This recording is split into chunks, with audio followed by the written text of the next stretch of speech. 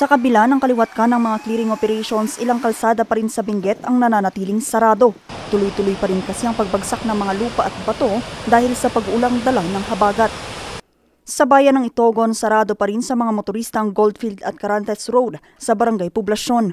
Patuloy din ang monitoring ng mga otoridad sa mga isinarang kalsada noong Martes, July 29 sa Sitio Twin River, Barangay Poblasyon at Tram sa Ukab, Itogon, Benguet. Gumuho rin ang parte ng kalsadang ito sa kahabaan ng GBNDR sa Lakop Section, Barangay Cuba sa bayan ng Kapangan. Isinara rin sa mga motorista ang Sitio Sekong ng Labay-Lacamen Road sa bayan ng Bukod dahil sa mga tipak ng bato na gumuho sa parte ng kalsada.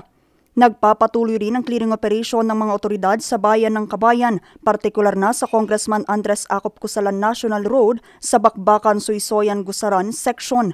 Pinapayuhan pa rin ang lahat ng mga motorista na maging alerto at doblehin ang pag-iingat, lalo na tuwing bumubuhos ang malakas na ulan. Vanessa Bugtong, RNG News.